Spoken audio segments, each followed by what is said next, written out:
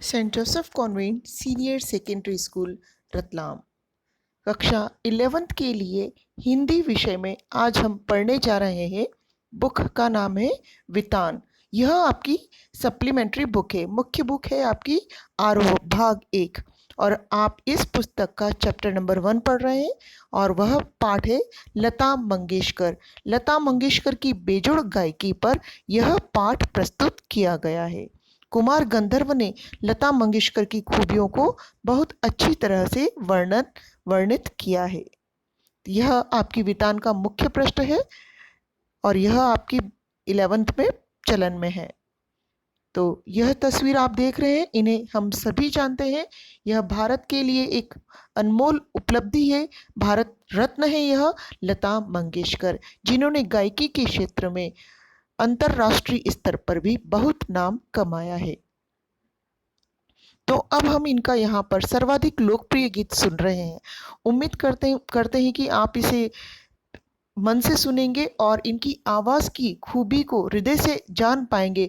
लता मंगेशकर की आवाज़ में जो अपूर्वपन है, जो बेजोड़ गायकी है इनकी, उनको हम समझ पाएंगे।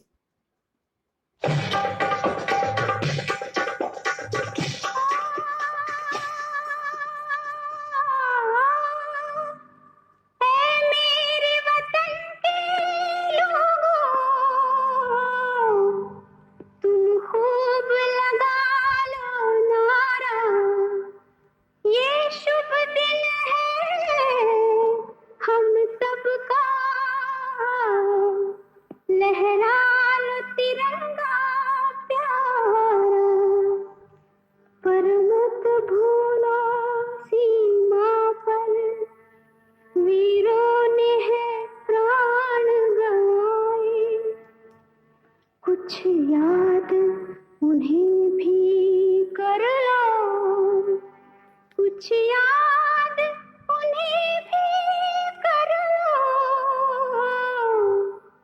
जो लौट के घर ना आए, जो लौट के घर ना आए। है मेरे वतन के लोगों, जरा आँख में भर लो पानी, जो शहीद हुए हैं उनकी जरा याद करो कुर्बानी। है मेरे वतन के लोगों, जरा आँख में भर लो पानी, जो शहीद हुए हैं उनकी जरा याद करो कुर्बानी।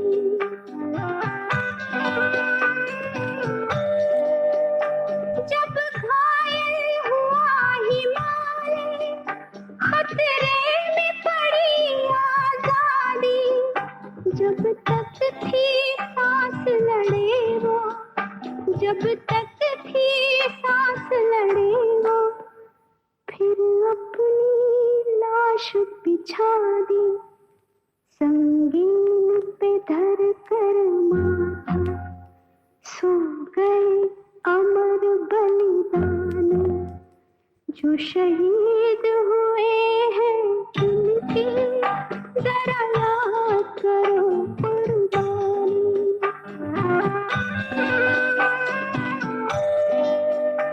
जब देश में थी दीवानी, वो खेल रहे थे होली, जब हम बैठे थे घरों में, जब हम बैठे थे घरों में, वो झेल रहे थे गोली, थे धन्य जवान वो अपने, थी धन्य वो उनकी जवानी, जो शहीद हुए हैं उनकी जरा याद करो कुर्बानी।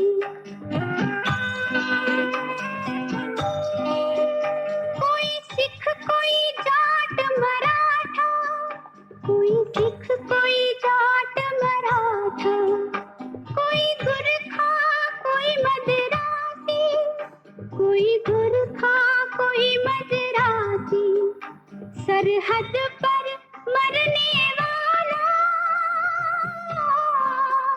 सरहद पर मरने वाला, हर वीर था भारतवासी। जो खून गिरा पर्वत पर, वो खून था हिंदुस्तानी। जो शहीद हुए हैं उनकी जरा याद करो कुर्बानी।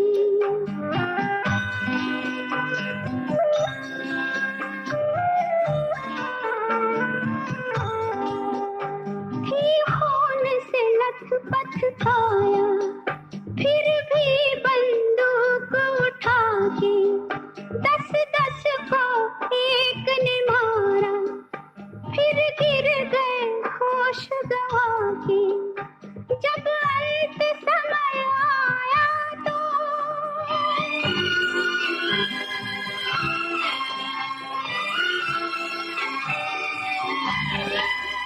जब अंत समय आया तो कह गए कि अब मरते हैं। जब अंत समय आया तो कह गए कि अब मरते हैं। खुश रहना देश के प्यारों, खुश रहना देश के प्यारों। अब हम तो सफर करते हैं, अब हम तो सफर करते हैं। क्या लोग थे वो दीवाने, क्या लोग थे वो अभिमानी। जो शहीद हुए हैं उनकी जरा याद करो कुर्बानी। तुम भूल न जाओ उनको, इसलिए कही ये कहानी। जो शहीद हुए हैं उनकी जरा याद करो कुर्बानी। जय हिंद की सेना, जय हिंद की सेना।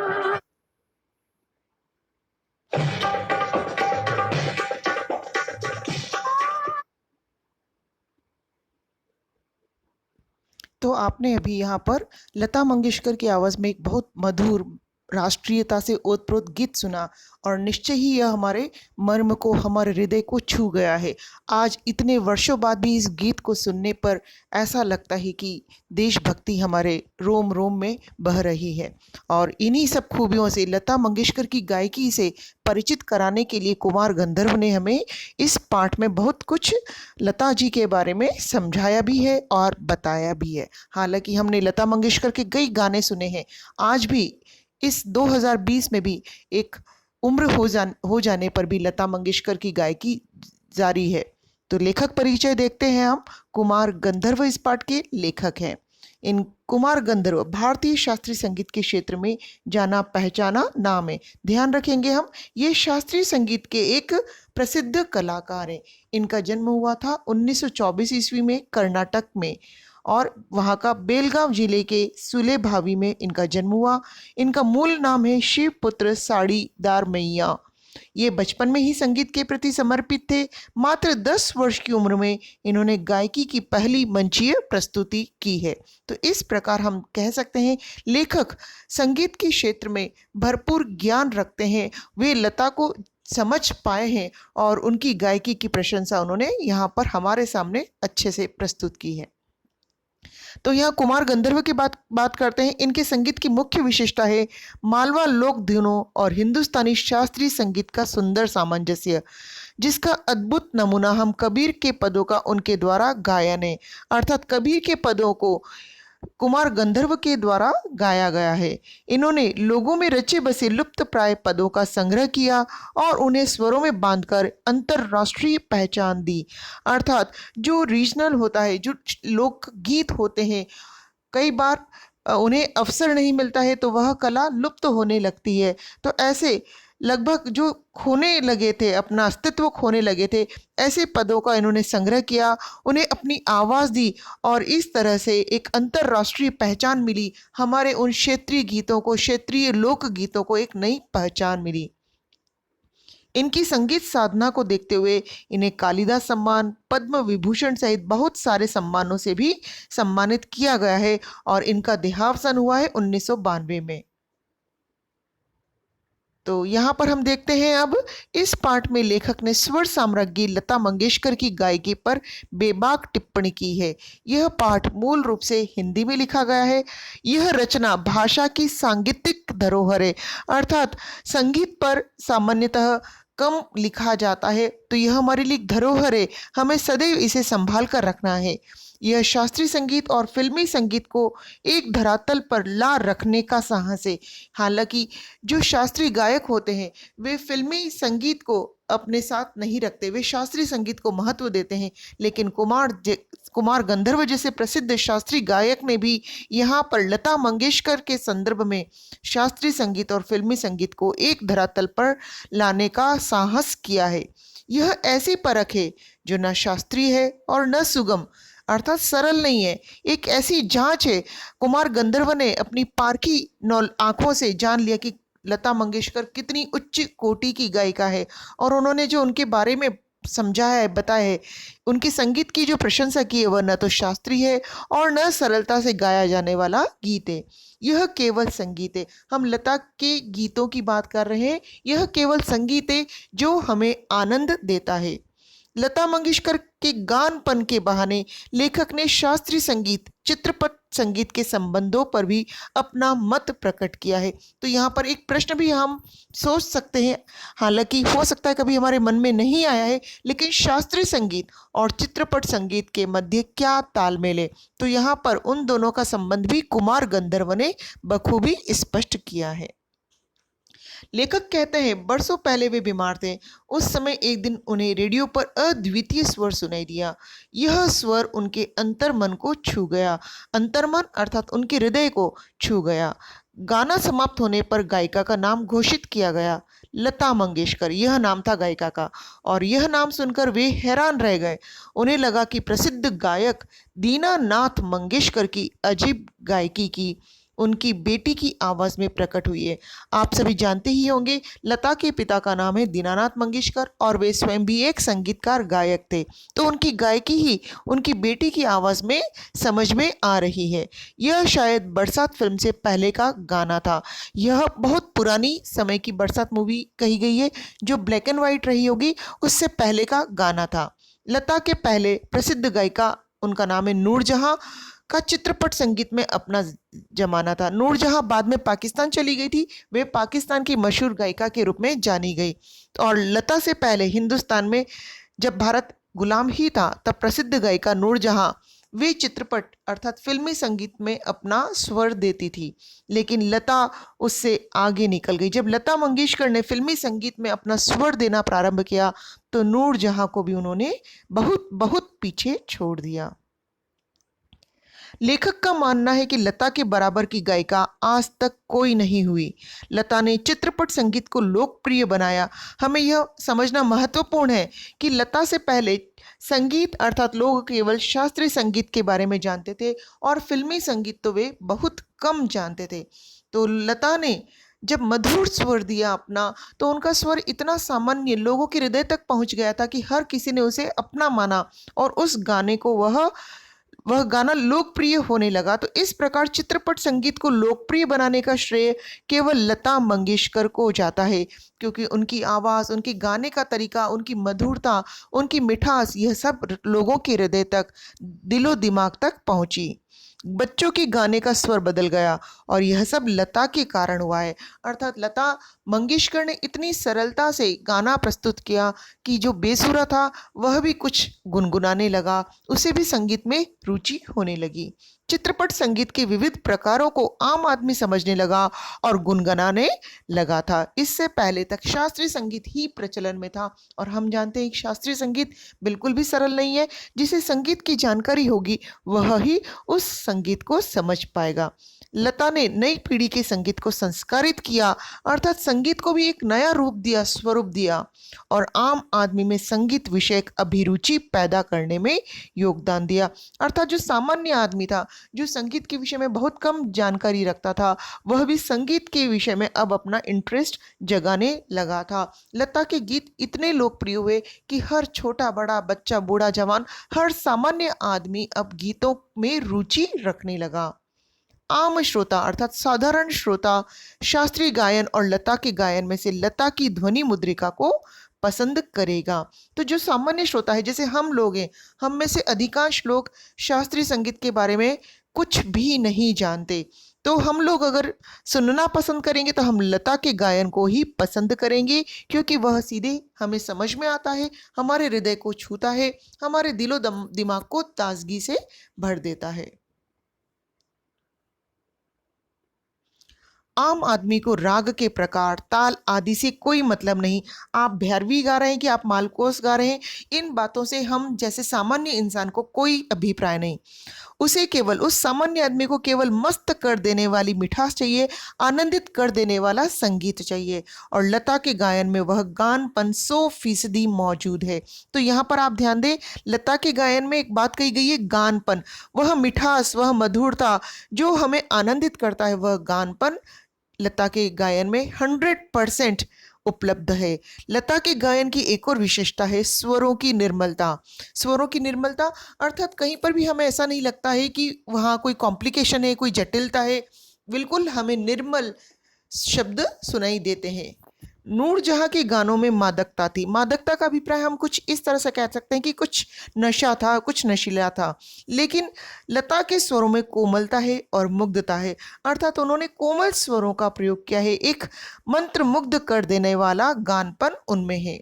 यह अलग बात है कि संगीत दिग्दर्शकों ने उनकी इस कला का भरपूर उपयोग नहीं किया है। दिग्दर्शक अर्थात संगीत के जो प्रख्यात संगीतकार हुए हैं, निर्देशक हुए हैं, संगीत को दिशा देने वाले हुए हैं, उन्होंने लता मंगेशकर की कला का भरपूर उपयोग नहीं किया है। अर्थात लता के अंदर भीतर असीम संभावनाएं थी, जिनका प्रयोग, जिनकी खूबियों को वे संगीतकार भी भरपूर प्रयोग नहीं कर पाए। संसार के सामने हम लता मंगेशकर का कुछ अंश मात्र ही गुण देख पाते हैं। अर्थात यदि लता मंगेशकर का 100% गुण, उनकी कला संसार के सामने आती तो और भी बहुत कुछ उनके बारे में हम जान पाते, भारत का और भी अधिक नाम होता। लता के गान में एक नादमय उच्चार है, एक अलग ही तरह से, एक नादमय अर्थात एक अलग ही गूंज है उनके स्वर में। उनके गीत के किन्हीं दो शब्दों का अंतर स्वरों के आलाप द्वारा सुंदर रीति से भरा रहता है। तो जो गायक होता है उसमें भीतर यह भी खूबी होनी चाहिए कि वह शब्दों का सही उच्चारण करे, एक शब्द दूसरे शब्द के साथ जुड़ा हुआ भी हो और अलग भी हो। तो यह सारी खूबी लता मंगेशकर के भीतर थी। वे सुंदर रीति से अपने गानों के शब्दों को प्रस्तुत करती थी। स्पष्ट हो जाता था दोनों के बीच अंतर भी है और दोनों मिले हुए भी हैं। लेखक का मानना है कि लता के करुण रस के गाने ज्यादा अच्छे नहीं हैं।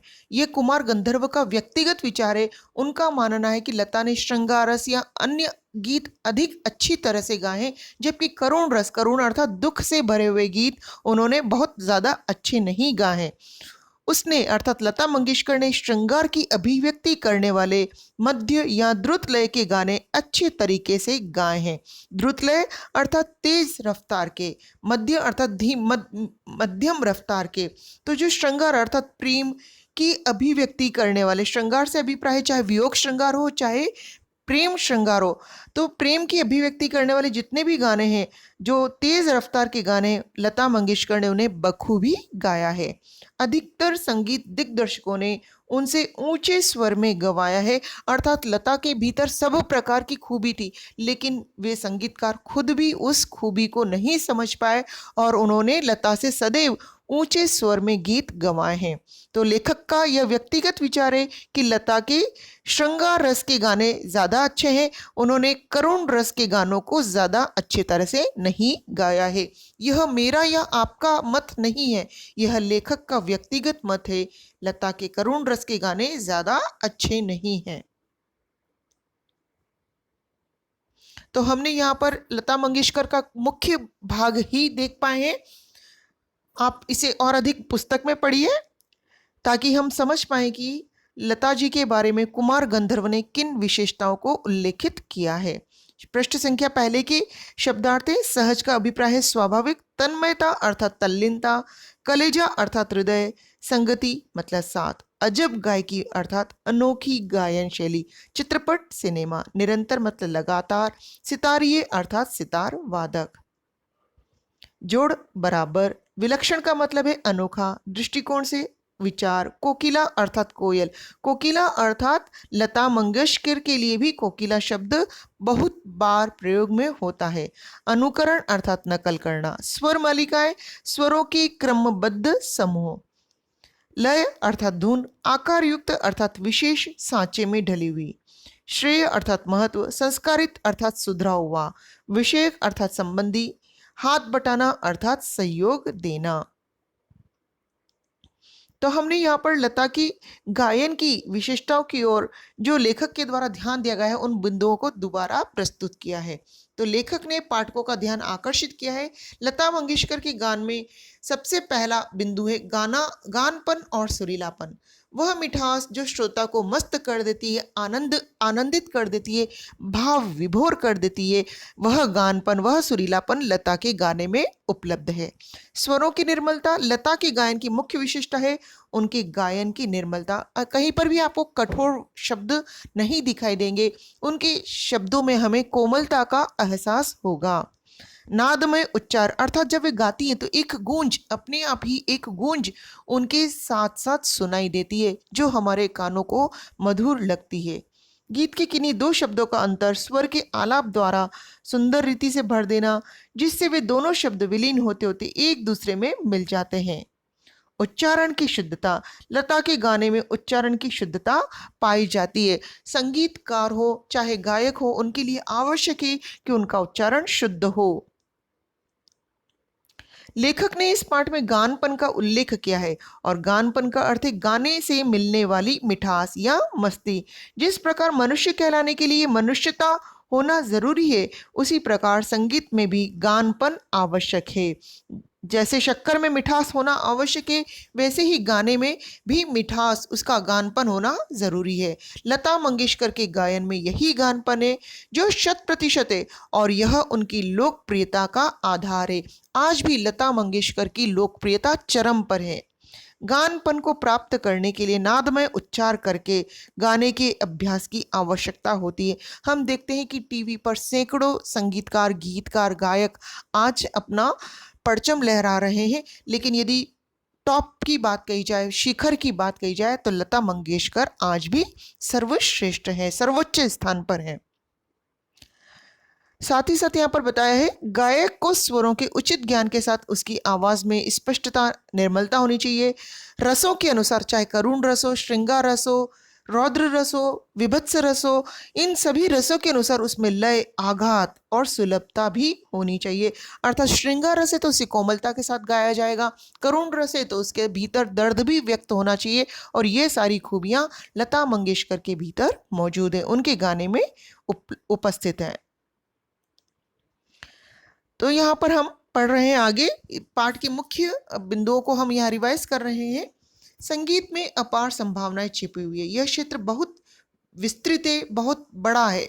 इसमें बहुत सारी राग, धुनें, ताल, यंत्र, स्वर अनछुए रह गए हैं, अभी भी उन पर काम करना बाकी है।